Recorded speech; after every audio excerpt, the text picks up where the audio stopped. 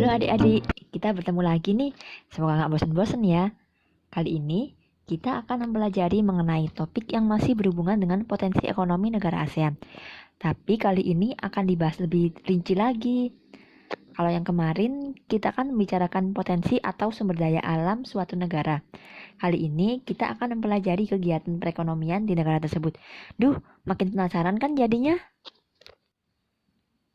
Nah, negara-negara di ASEAN kan memiliki letak geografis yang hampir sama. Jadi nggak usah heran ya, misal ada beberapa negara yang memiliki potensi ekonomi atau bahkan mata pencaharian utama yang sama. Indonesia menghasilkan sumber daya alam berupa karet, kopi, kelapa sawit, tembakau, dan lain-lainnya. Namun, yang biasanya diekspor antara lain hasil bumi yang meliputi timah, tembaga, besi, serta di bidang perikanan seperti tuna dan udang. Nah, ini tadi ada contoh gambar dari getah karet yang nantinya diolah menjadi produk jadi seperti ban, karet gelang, dan lain-lainnya. Brunei Darussalam dikenal sebagai pengekspor minyak tanah, gas alam, serta produk minyak lain. Sebaliknya, negara tersebut mendatangkan produk seperti mesin, mobil, barang elektronik, beras, dan gula dari negara lain. Berikut ini ada contoh gambar minyak tanah. Dulu sebelum penggunaan kompor gas LPG, kita menggunakan kompor biasa dengan menggunakan bahan bakar yaitu minyak tanah. Mata pencaharian penduduk Malaysia berada di bidang pertanian, pertambangan, dan perindustrian. Pertaniannya menghasilkan karet, minyak sawit, dan kopra. Pertambangannya menghasilkan biji timah, bauksit, dan biji besi.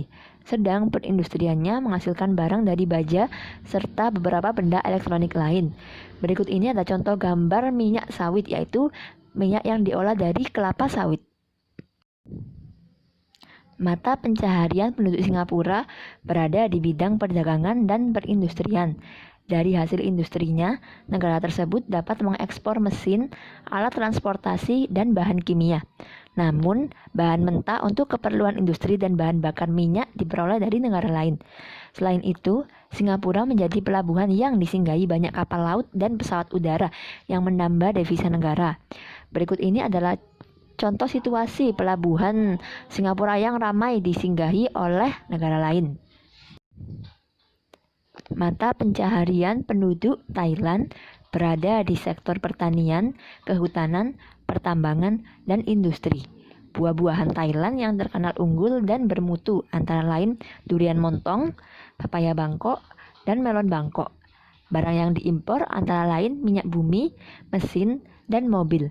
Selain itu, industri pariwisata Thailand ikut andil dalam menambah devisa negara. Berikut ini adalah gambar pepaya Bangkok yang memiliki ukuran lebih besar daripada pepaya biasanya.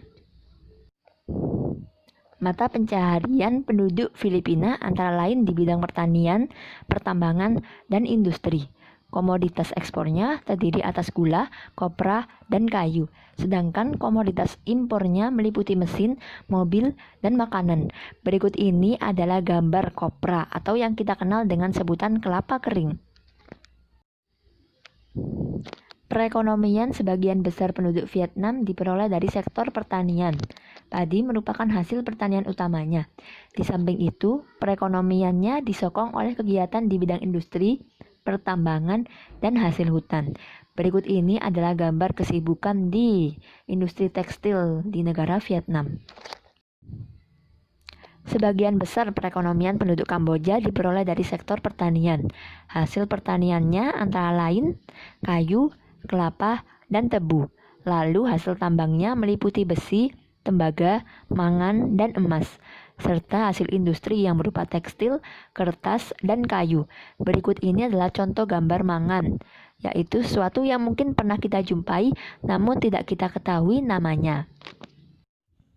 Penduduk Laos memperoleh penghidupan dari sektor pertanian yang menghasilkan beras, jagung, dan jeruk. Hasil tambangnya meliputi timah, serta industri masih terbatas pada pengolahan kayu. Berikut ini adalah gambar biji timah yang nantinya diolah menjadi produk lain. Hasil pertanian di negara Myanmar antara lain berupa beras, gula, jagung, dan kacang-kacangan. Sedangkan komoditas perdagangannya meliputi kayu, terutama kayu jati, lalu beras, pupuk, serta berbagai barang kerajinan lain. Berikut ini adalah gambar kayu jati yang merupakan salah satu komoditas perdagangan di negara ini. Wah, berakhir sudah kebersamaan kita kali ini. Sekian informasi mengenai kegiatan ekonomi di negara ASEAN. Semoga bermanfaat dan bisa dimengerti oleh adik-adik semua. Sampai jumpa kembali di lain waktu.